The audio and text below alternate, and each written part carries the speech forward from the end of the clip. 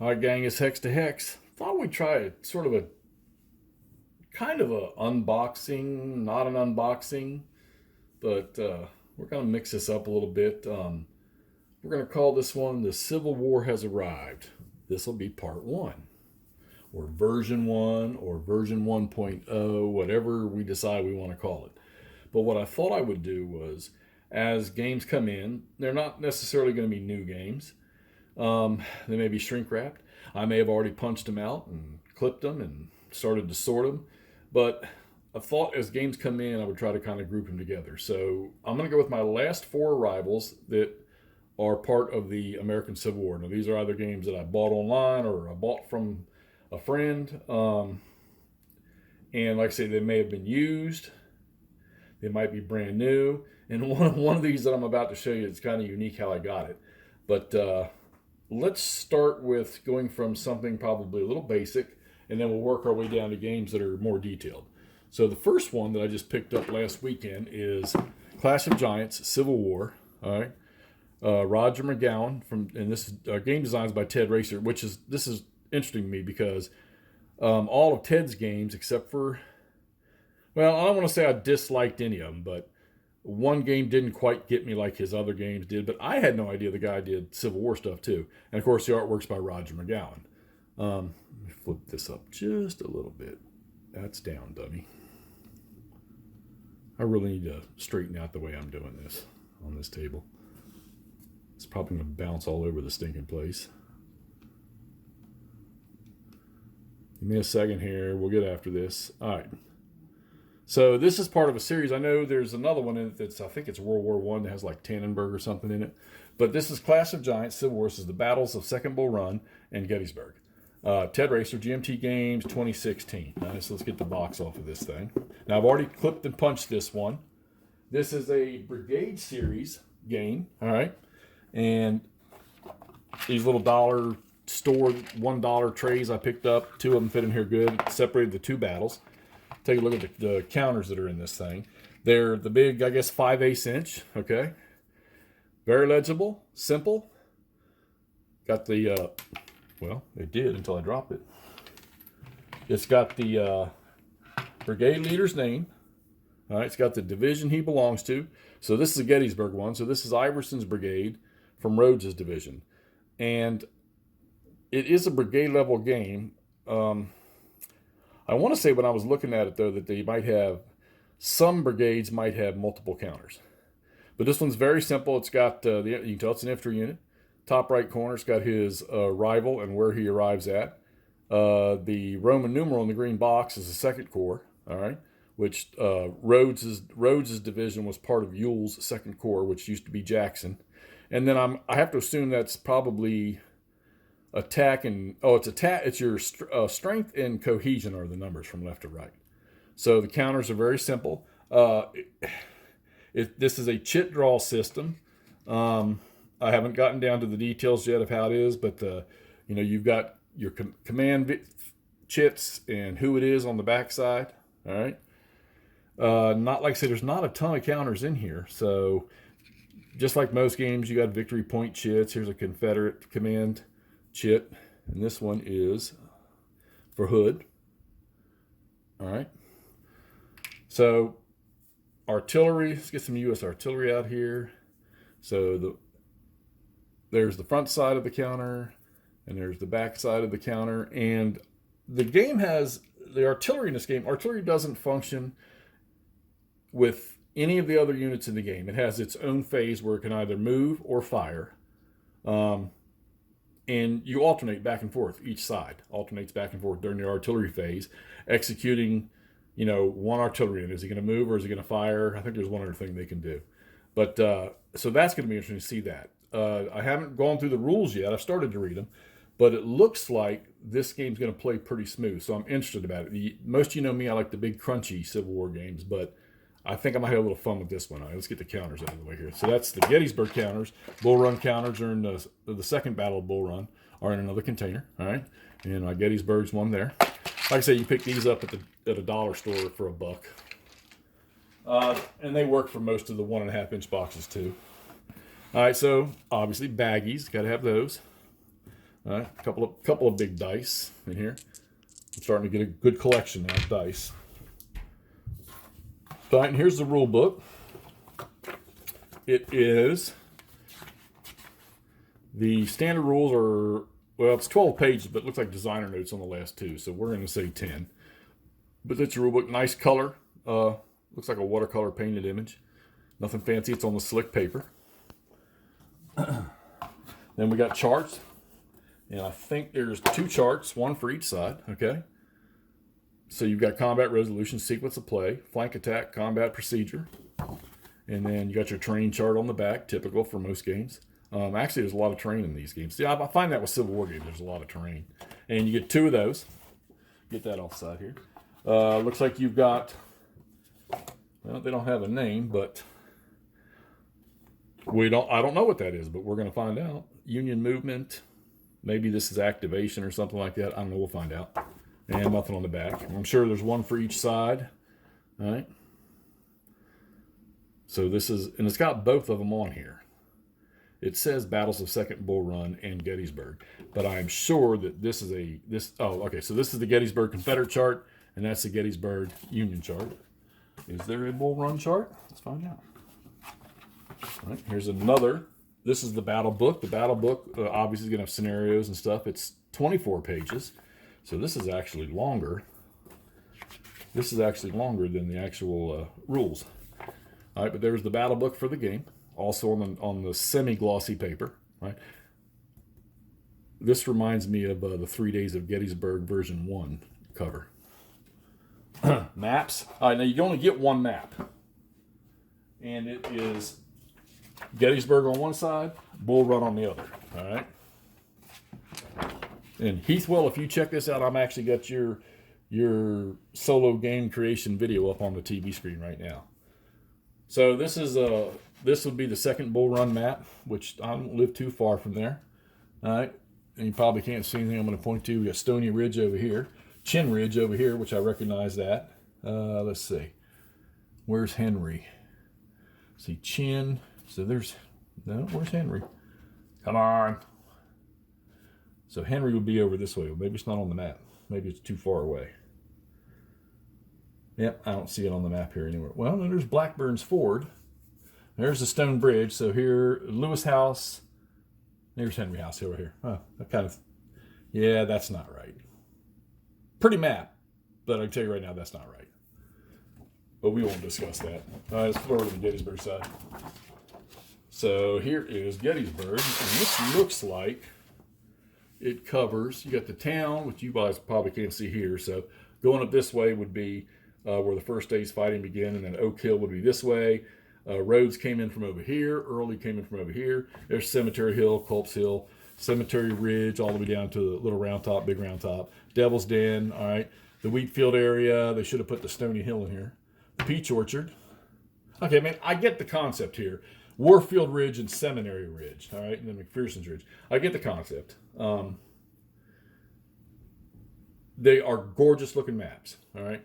And on the map, turn record track, victory point track over there on the end. So this looks like this is going to be, this looks like it might be kind of fun. That's a good sized map for individual or single battles like, or brigade level battles like that.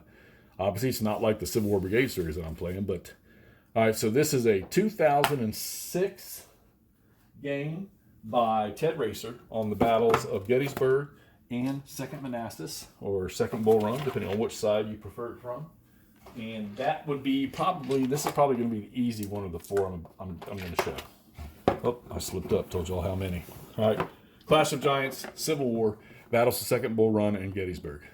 All right, the next one. Now, this one was given to me by a buddy. I didn't even know this game existed. And this game is called McPherson's Ridge. All right. And it's funny, too, because after he said he dug this up out of his basement so that he thought I might enjoy this, then I go online, I see a couple of recent videos on it. All right, but this is by Task Force Games. See, it says, they're from Amarillo, Texas. I don't know how old this is. This was 1980. All right, and this is the first day's fighting at Gettysburg along McPherson's Ridge, which would, Heath, Pender would eventually come along, Rhodes would eventually get involved. Buford's cavalry, Buford's first and second, or Buford's first cavalry division, his first two brigades, 1 and 2 brigades. The first corps would show up, Iron Brigade would show up on the battlefield. And this is McPherson's Ridge, the first hours of Gettysburg, all right? Now, this is older. Who designed this game? I don't see it on the box. We'll find out. Let's take a look. This is designed by R. Vance Buck, and I do recognize that name, but it's been a long time. It says it's 1 to 2 hours playing time, all right? Reminds you of the SPI dice. You remember that? Love those things, all right? Informational counters, which when I look at this says Terrible Swift Sword to me, all right? Routed markers, strength markers, more routed. Well, that's probably not routed. It's probably something else. Routed. No leader, no leader. I'll have to figure out what all that stuff means, okay? But like I said, that reminds me of Terrible Swift Sword. All right, one little small counter sheet. All right, guess who all that blue stuff is up north of Cab, and then of course probably some elements of First Corps coming in, and then your Confederate units. Why is there cavalry? That's interesting. Now I'm extremely curious. Why is there Confederate cavalry? I mean, I know they came in with roads, and well, maybe this thing stretches a little farther than I think. Let's look at these counters a little better here. So I'm seeing, no, these are, you got that, the infantry is all Heath. Why is that cavalry on this thing? Why is Fitz Lee?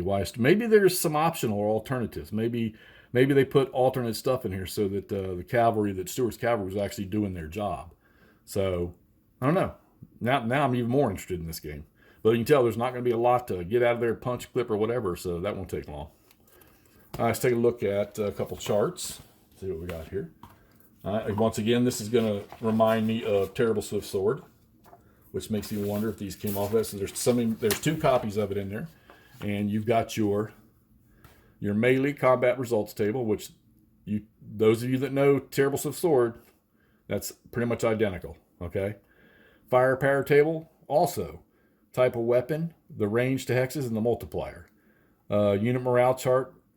Now, I remember when Terrible Swift Sword went to this system here, I think it was with the TSR version where they gave rating letters to the units, to the brigades, or even to the regiments, I think. I have to look at that.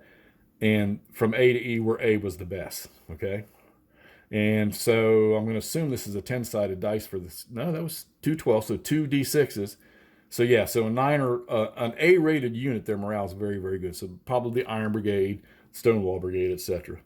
Leader, commander, affected table, terrain effects chart, fire combat table. All right, that says TSS to me all over it. Okay, and nothing on the back. So there's 2 of those in the box. And this game's old, so all right, and they were kind enough to make a paper copy or a viewable copy of the rules, so you don't mess up the original rules. All right. Let's see, some scenario cards, it looks like. All right, we got some scenario card. I'm going to assume that's what that is. Yeah, it's got their deployments where they're at. And there's that Confederate cavalry. So, Clash of Cavalry, Order of Battle. Oh, you know what? I wonder if this is the East Cavalry Field. If this is the fight out there. All right, and they give you, looks like 2 copies of that. Here's the hard copy of the combat results table. Is there anything on the other side? Yeah. On the other side, okay, so the other side is what we saw. That's the scenarios. All right, and then the rule book is only, take a look here. It is 8 pages. So an 8-page rule book. So this is probably going to be easy reading. Looks like it's going to be light play, or easy play, I should say. I don't know. We may have to throw that one up and read rules and throw that one up and see what we get out of it. So an 8-page rule book and your scenario card and your combat results table all on the same piece of paper, front and back. All right, and let's take a look at the map. Now, I did look at the map earlier. It's, come on now, we're talking 1980. It's kind of a card stock. It's not real thick, all right. But when I look at the yellow around Gettysburg, once again, this says Terrible Swift Sword to me.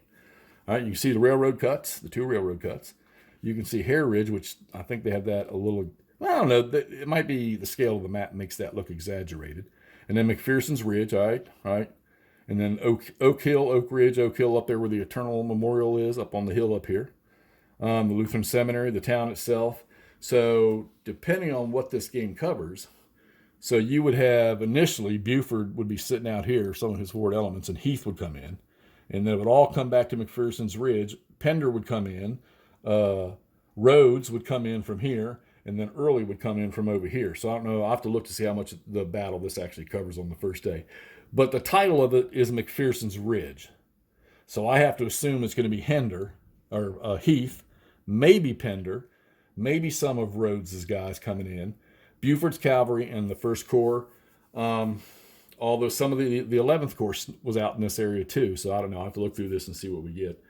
The units only show regiments, so I don't know if that's... I can't tell you off the top of my head what corps they're from, but I mean, I just have to assume the cavalry is obviously from Buford, so that would be Devon and Gamble. All right, so that is McPherson's Ridge, 1980, from what I say it was from. It was from Task Force Games. All right, that one was given to me. I actually think he had one more 2 copies of that. Love that picture. Old LBW Steve, when he was being interviewed by Kev the other night, he was talking about that Civil War book, the first book he got. It was like about that thick, and had all the paintings in it of all the battles, and then it had like the very nice, looks like hand-drawn, artistic type view of the battle with all the soldiers on it moving around. And I remember this picture being in that book. All right, so that's McPherson's Ridge. That probably, the only reason I put this as a little harder than Clash of Titans or Clash of Giants, the Civil War one, is because this is a tactical level down to the regiments. Probably going to play a little different. I know this one here, you saw me rip the plastic off, but I never really got a chance to talk about it, and that's the Battle Above the Clouds now. Okay. So, everybody knows Great Campaigns of the American Civil War. This, and I still have yet to figure why this would be. Everybody has their own different versions of what a Grail game is. But to me, this is a Grail game because it was so hard to get. And when somebody was selling it, they were charging an arm and a leg to get it. So this is Battle Above the Clouds. This is Volume 8 in the Great Campaigns of the American Civil War series. And this one's done from MMP, the Gamers, okay? And I believe the first one they did was Grant Takes Command right in front of them. But the box for Grant Takes Command looks like an Avalon Hill box. All right, so I've already punched this one. It's ready to go. I'm not going to talk too much about this because a lot of y'all already know this game. But this one is not on the front cover. Let me see on the back cover real quick here before I drop everything. And I can't see it. So you all can go figure out who did all the design for these games. I'm sure it's in the rulebook site. But I've already, all the counters are punched out, and I get them in my little $4 or $5 tray that I get from Walmart or Joann's Fabrics. And I got everything for the entire game. And it's not overbearing, right? Your strength markers for your units. And then both of these are the actual units, the commanders themselves, the whatever it might be, the regiments or the divisions or the brigades. So they both fit in the 2 corners for both armies, all right? And then all your information stuff. And you people that play this is a great system. It's, it's somewhere between, I don't know, this game covers a big realm. It's somewhat strategic. It's more operational, and it can even be a little bit tactical at times. But great system. Everybody knows it's a great system. All right, nice colorful rule book. This is one that has one of the nice good on the glossy paper. All right, and I think MP does a great job with the rules. And this has how many pages? 67, 68 pages. All right. That's the Battle Above the Clouds book. So this is more of your battle book here. And inside the battle book, it's probably got, I'm sure, all the scenarios and stuff. And yeah, units, where everything deploys. And it's got special rules for the game. And then, of course, here's your version 1.1 of the Great Campaigns, which I believe the last version is 1.3. But again, very, very nice. And I have to assume that this is the fighting on either Lookout Mountain, which is what I'm going to assume it is, or it's on,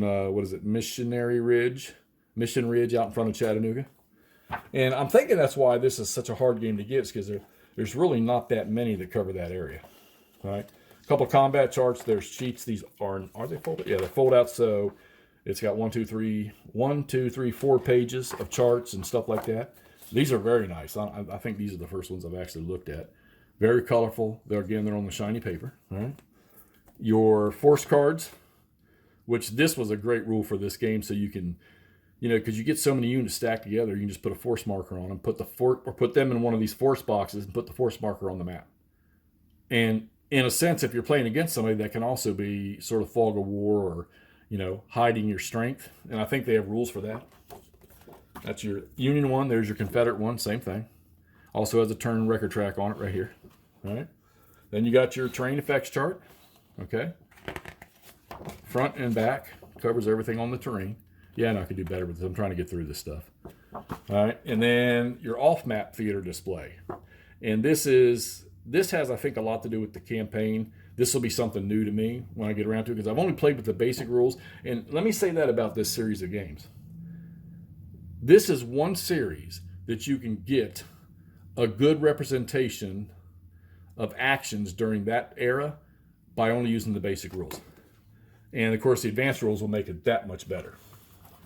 Now, let's take a look at the maps here. So this game comes with 2 maps. They are also on the silky, shiny paper. And let's get one of them. We'll open up one of them here. Not that you'll be able to see everything.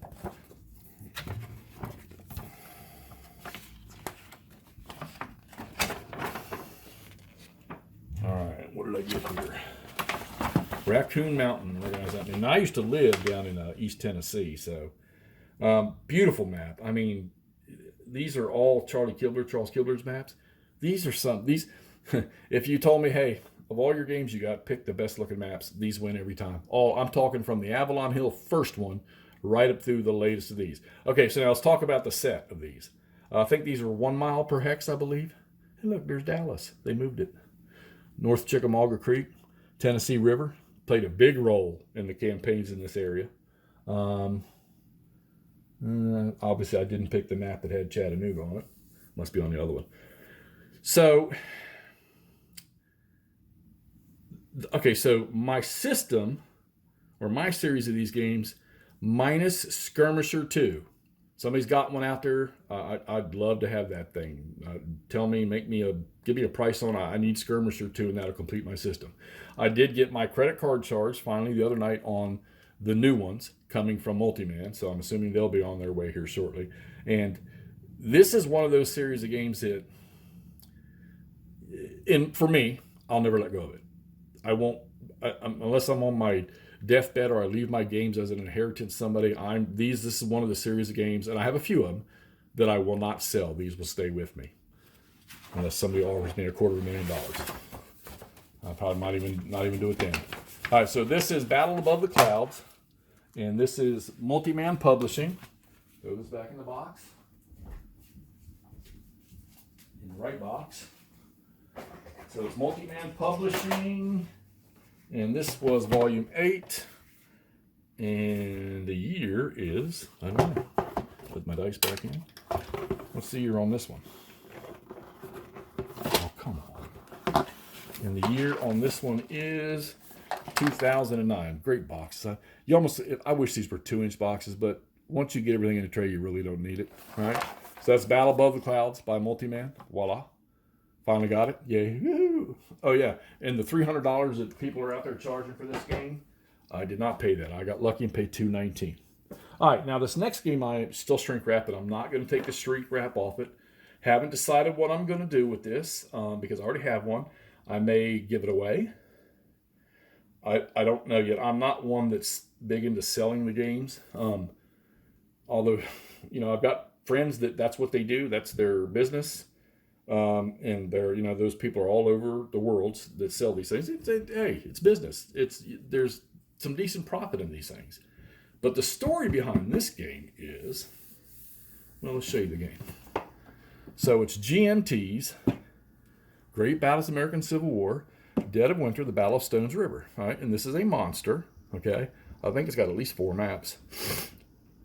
Regiment level, Richard Berg, and we know where Richard Berg comes from. Terrible Swift Sword, Stonewall, all those early Great Battles of the American Civil War from SPI and then through TSR. And then when he was with SDI, which had a name change after his first or second game with them. And then right on up the list here to GMT. Now, here's the story about it. Like I said, I already have my version of this, so I'm not going to open this one up. I went to Decision Games. I have a discount coupon for Decision Games, and I'm looking for War Between the States. And believe it or not, they didn't have any on their website that you could buy. And the War Between the States, if you know the Victory Games U.S. Civil War, or the hopefully soon, or the first and hopefully the reprint of U.S. Civil War, which was from the Victory Games one.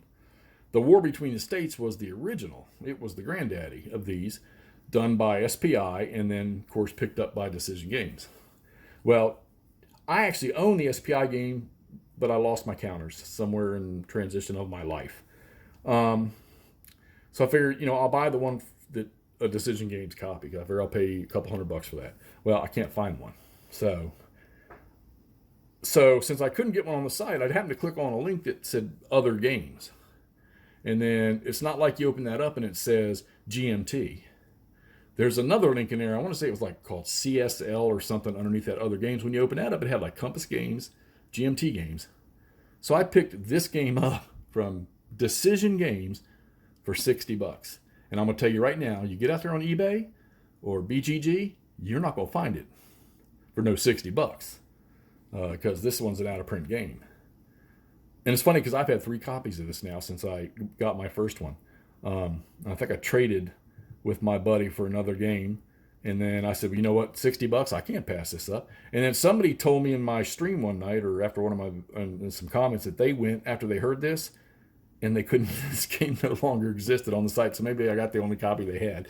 But there was another game I also bought from Decision Games that was also a GMT game, which I'll tell you about that in a later video. All right, so that is the Civil War Arriving version 1 at Hex to Hex's domain. I hope y'all enjoyed those 4 that I just showed you. Don't know how soon I'll get most of them on the table, but they're there, and eventually I'll get to them. And I say if I had to choose between the 4, which one I'm going to do first, it's probably going to be the Classic Giants. All right, so there you go. There's 4 games about the American Civil War. I'll have another video up for some other eras. And if y'all like that stuff, you know what to do. Hit that subscribe button. Hit that notify button. Tell me you love me. Tell me you want to see more. All that happy, good stuff. And we'll talk to you all later. See ya.